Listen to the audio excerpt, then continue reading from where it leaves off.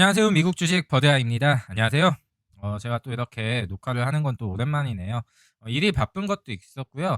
지금 이제 저를 포함한 많은 주식 유튜버들의 이제 영상이 조금 뜸할 시점이에요. 뜸한 이유는 뭐냐면 지금 시장이 불장이긴 한데 예전에는 이제 유동성 장이 한참일 때는 어떠한 사업 아이템 그리고 회사의 미래 가치를 땡겨와서 그런 성장주나 기술주들이 이제 주가가 좋았고, 지금은 이제 그때 못 올랐던 주식들이 급하게 이제 급등을 하면서 쫓아오는 모습을 보여 있는데, 그 올린 이유가 이제 좀 단순하거든요. 예전에는 이제 컨텐츠 거리가 많았잖아요. 스펙 상장부터 해가지고 정말 많았는데, 요즘에는 그동안 못 올랐던 주식들이 시장이 좋아서 급하게 뒤따라온다. 뭐 이 정도 이유기 때문에 특히 뉴스거리가 없고요.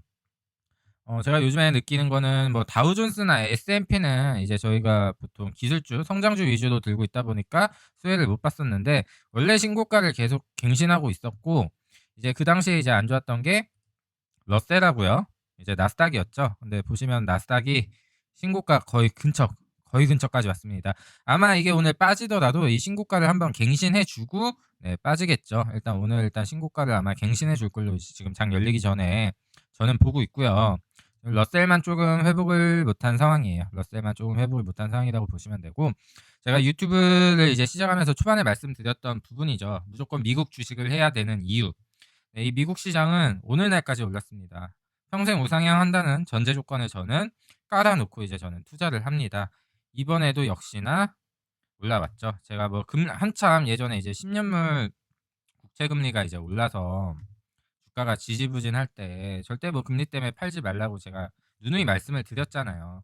근데 지금 국채 금리가 1.5% 밑으로 갔나요? 10년물 국채 금리 수익률이 1.6%가 조금 넘는 걸로 알아요. 한번 찾아볼까요? 자, 이게 1.5를 넘었을 때부터 그때 하락장이 시작이 돼서 1.57 몇 프로까지 갔다가 1.66입니다. 근데도 그러면은 당연히 채권 수익률이 높으면 이 기술주가 못 올릴 거라고 생각을 했는데 지금 신고가를 앞두고 있습니다. 그래서 어, 이런 기사 이제 절대 앞으로 주식하면서 흔들리지 말자, 이걸 다시 한번 이제 되새김질 하고요. 그리고 오랜만에 이제 제 포트폴리오 이제 업데이트 한번 할게요. 업데이트하면 지금 현재 이런 상황이고요. 이제 최근 지수 상승에 저도 이제 편승하지 못한 포트폴리오죠. 보시면은 어, 제가 요때 있죠. 300 이때 지금 신고가 찍었을 때 기준으로 제 계좌가 한 5,800만 원, 5,700만 원 그렇게 됐던 것 같아요. 근데 거의 근처까지 왔는데 지금 이제 4,700만 원이죠. 4,700만 원에서도 그 와중에 월급을 한 5, 60만 원 정도 추가를 했기 때문에 뭐 그래도 약 전에 이제 신고가 갔을 때보다 한 1,000만 원 정도 이제 부족한 상황이죠. 네, 그렇게 보시면 되고요. 그나마 이제 저는 잘 따라왔다고 생각하는 게, 중간에 덜어내서 단기 매매를 돌리고 혹은 안전한 ETF도 갈아탔다가 상대적으로 많이 빠졌을 때 다시 저점에서 잘 사는 대응을 조금 성공적으로 했기 때문에 그나마 뭐 1,000만 원 손실이면은 잘 방어를 이제 했다고 이제 저는 생각을 개인적으로 하고 있습니다. 자, 오늘은 제가 오랜만에 이제 썸네일이 좀 자극적인 썸네일을 달았죠. 오늘은 이제 주식시장은 뒤쪽으로 잠깐 제껴두고 주식으로 이제 1000% 수익률 올리는 방법에 대해서 이야기를 해볼게요. 자, 여러분 이제 워렌 버핏의, 요즘엔 좀 바뀌었을 수 있는데 워렌 버핏의 이제 주식을 시작하고 나서 오늘날까지 이제 평균 수익률이 이제 뭐 20% 부근으로 제가 얼핏 기억을 합니다. 근데 우리 주변에 이제 둘러보게 되면은 20% 이상 수익률을 좀 장기간 낸 투자자를 또 많이 찾아볼 수 있는데요. 그렇다고 이제 워렌 버핏이 그 사람들보다 이제 주식을 못하는 거냐? 그건 아닙니다. 일단 자금의 규모가 틀립니다. 그래서 저희 같은 개인은 주식을 매도해도 저희가 이제 시장 가격에 영향을 줄 수 있는 수준이 아니지만, 이분들은 이제 워낙 많은 지분을 가지고 있고 또 본인이 매도하면은 지분 공시를 해야 되는 그런 특수한 상황이 있기 때문에 개인처럼 이제 주식을 할 수가 없습니다, 기본적으로. 자, 그럼에도 불구하고 개인이 만약에 10년 동안 주식을 했는데 년 20% 수익률을 꾸준히 올렸다. 그러면 아마 일약 스타덤에 돼 있을 겁니다. 평범한 개인으로 이제 남아있지 않을 거예요. 그거 일단 참고해 볼 수가 있고요. 자, 일단 주식으로 1000% 수익률을 올리는 방법에 대해서 저는 예전부터 이제 고민을 많이 했어요. 10배 수익률을 낼 수 있는 방법이 뭐가 있을까? 고민을 굉장히 많이 했고, 어, 이 고민을 이제 해소할 수 있었던 거는 실제로 1000% 이상 수익을 넘게 냈던 사람들의 사례를 이제 찾아봤어요. 여러분 혹시 이 기사 다들 한 번씩 보셨을 거예요. 테슬라로 131억을 벌어서 퇴사해서 은퇴한 이 세계적인 이슈가 되신 분이 있죠. 바로 드볼트라는 분인데요. 미주님 유튜브 채널 가면 이분 또 인터뷰 해놓은 거 있으니까 거기서 또 한 번씩 보고 오시면 좋을 것 같아요. 내용이 이제 너무 좋았거든요. 자, 이분이 이제 아마존이라는 아주 좋은 직장에 다니고 있었는데 2013년 때부터 돈이 생기는 대로 시장 상관없이 가격 상관없이 오로지 테슬라의 비전을 믿으면서 계속 추가 매수를 하면서 장기 투자를 해서 이제 평균 단가가 58불이 됐을 때부터 이제 그냥 기다렸다고 해요. 그리고 이분은 아직도 안 팔고 들고 있습니다. 테슬라 아직 한 주도 매도하지 않았습니다.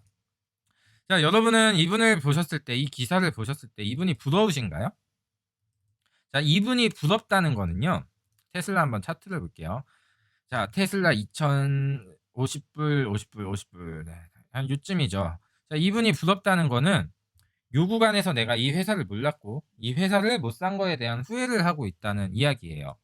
자, 근데 이게 지금 차트를 이렇게 보면은 요 구간에서 당연히 사야 되는 거잖아요. 근데 이 당시로 들어가면 이게 월봉이거든요. 이 변동성이 이제 어마어마해요. 이게 또 월봉이어서 그렇지 이 당시 일봉으로 보면 또 장난이 아닙니다. 테슬라는요. 공매도에 엄청나게 시달렸어요. 오랜 기간 동안. 항상 고평가 논란이 붙어 있었기 때문이고 적자 회사라는 이유로 공매도의 먹잇감이고 그 공매도가 이제 패배하기 시작한 게 이때부터죠. 이때부터 정말 말도 안 되는 상승률을 이제 가져왔는데 자, 저는 이렇게 생각합니다. 이때 테슬라도 고평가였어요. 수익을 못 내는 회사였고 전기차의 미래가 지금처럼 뚜렷하지 않은 상황이었어요. 하지만 기술만큼은 이제 앞서 있는 게 맞거든요. 그래서 제가 이 사례를 봤을 때 1000%의 수익률을 올리려면 첫 번째는 기술주여야 해요. 기술주여야 하고 두 번째 적자 회사여야 합니다. 자, 보세요. 만약에 테슬라가 이 당시 2013년도 이 구간에 적자가 아닌 회사였다면은 이게 주가가 이렇게 가만히 있지 않았을 거예요. 적자였기 때문에 박앤 세일을 한 거죠. 지금에 보면은 물론 이때는 밸류에이션 계산을 하게 되면은 정말 말도 안 되는 주가였겠지만 뭐 이 시기에 자세한 건 저도 몰라요. 이때 제가 주식을 안 했으니까. 그런데 이제 좀 많이들 이제 저평가돼 있다고 하는 기업들 있잖아요. 일단 대표적으로 파이낸셜 섹터가 있겠고요. 그다음에 보험 섹터도 마찬가지고요. 한 PR이 한 20배 정도 되는 기업들을 이제 미국 시장에서는 아직 저평가돼 있다고 해요. 물론 이제 실적을 잘 낸다는 기준 하에 일단 뭐 굳이 저평가 기업에는 제가 투자를 안 하지만 제가 투자를 하고 싶은 그리고 좀 관심을 가지고 있는 종목을 한 이번 기회에 좀 소개를 해 드릴게요. 또 포트폴리오를 저평가나 재무가 탄탄한 기업들하고 이제 또 섞으시는 분들도 있잖아요. 그래서 일단 저는 원래 예전부터 이제 로지텍을 이제 관심 있게 보고 있었어요. 티커는 에도 GI고요. 이제 게이밍 마우스나 키보드, 헤드셋 뭐 이런 거를 이제 만드는 회사입니다. 보시면 이 회사도 어마어마하게 우상향을 해왔죠. 그리고 지금 최근 4분기 이제 PR이 이제 20배인데 이게 최근에 올라서 그렇지 얼마 전까지만 해도 17배, 18배였고 그리고 배당도 이제 꾸준히 나오는 회사기 때문에 참 저평가돼 있고 그리고 미래 성장 전망도 좋죠. 이제 메타버스나 게이밍 이쪽이 잘 나가면 이제 같이 잘 나갈 수밖에 없는 그런 이제 생태계를 이제 가지고 있는 회사고요. 이제 저 같은 경우도 지금 유튜브를 하고 있잖아요.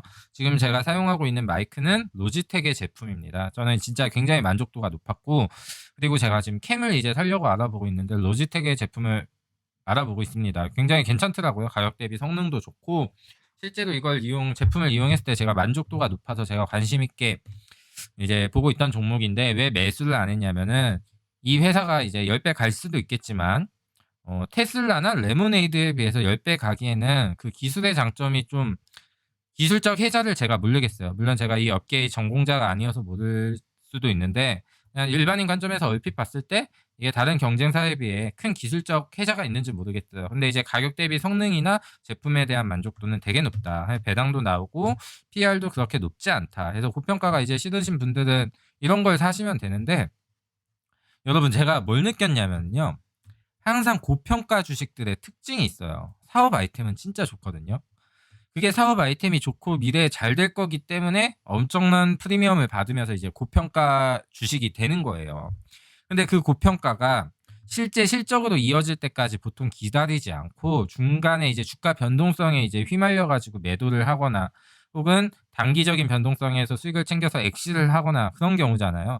그러니까 테슬라가 지금 주가가 많이 올라온 여러 가지 이유가 있겠지만 그 중에 하나가 적자 회사에서 흑자 회사로 전환을 한 거, 그리고 S&P 500에 들어가면서 인덱스 자금, 인덱스 수급이 이제 들어오게 됐다는 거.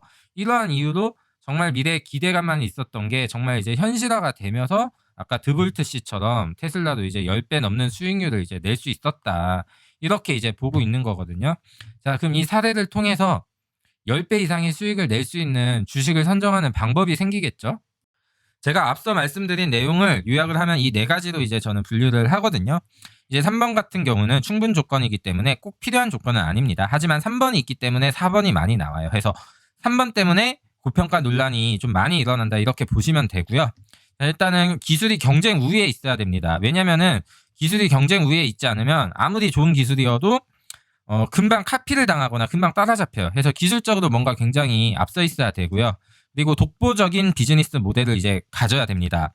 자, 보시면은 애플이 스마트폰이라는 걸 만들어서 그 안에 이제 앱스토어라는 생태계를 만들잖아요.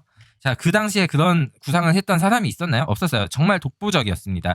이제 그걸 따라서 만든 게 안드로이드였죠.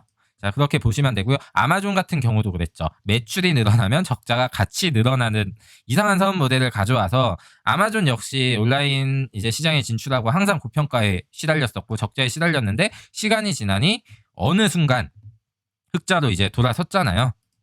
그리고 항상 고평가 논란을 일으키는 계기가 뭐냐면 2번 때문에 이 고평가 논란이 일어나요. 기존에 없는 사업 모델이기 때문에 이 주식의 프리미엄을 얼마나 줘야 되는지 아무도 알 수가 없는 거예요. 그 사업이 이제 미래에 어떻게 될지 그 데이터가 없기 때문에요.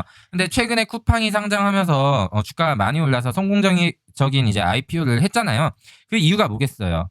아마존이 이제 있었기 때문에 아마존이 결국에 잘 된 걸 봤으니까 아마존의 밸류에이션을 어느 정도 쿠팡이 이어받아가지고 사업 모델이 비슷하니까 그렇게 해서 계산이 이제 됐다고 보여지는데 이 비즈니스 모델이 선행하는 사례가 없기 때문에 이걸 프리미엄을 몇 배로 줄지 알 수가 없는 거예요. 그러니까 테슬라 같은 경우도 그래요. 지금 자율주행이 완성이 안 됐는데 사실 이걸 지금 아무리 주가가 높아도 고평가라고 이제 할 수 없는 게 이 완전 자율주행이 완성됐을 때 이게 시장에서 어느 정도의 마켓캡을 일으킬 건가, 어느 정도의 시장 파이가 있을 건가, 지금 하고 있는 데가 없잖아요. 전 세계적인 자율주행을. 물론 특정 지역에서는 이제 웨이모가 이제 로보택시를 하고 있지만, 일론 머스크는 이제 어디서나 사용 가능한 로보택시를 이제 꿈꾸고 있잖아요.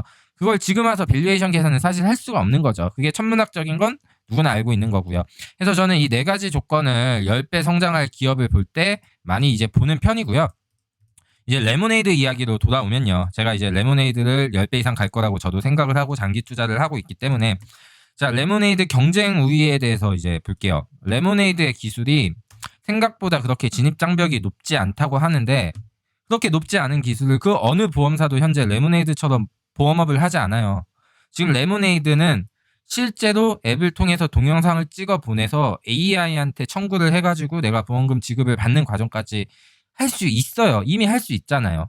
근데 그게 제가 레모네이드의 인공지능이 그렇게 허접한 기술이 아니다 하고 전에 컨텐츠를 올렸잖아요. 거기 말한 것처럼 쉽지가 않고요. 레모네이드가 이거를 5년 전부터 이제 시작을 했고 적어도 다른 업계에서 지금 이제 와서 뛰어들게 되면은 데이터가 없기 때문에 적어도 5년 이상 앞서 있다. 지금 뛰어든다 한들 보험 대기업들이 뭐 스테이트팜이나 이런 애들이 리버티 뮤추얼 이런 애들이 지금 뛰어들어도 5년 레모네이드가 앞서 있다. 저는 또 이렇게 보고 있는 거고요. 데이터가 쌓여 있으니까요.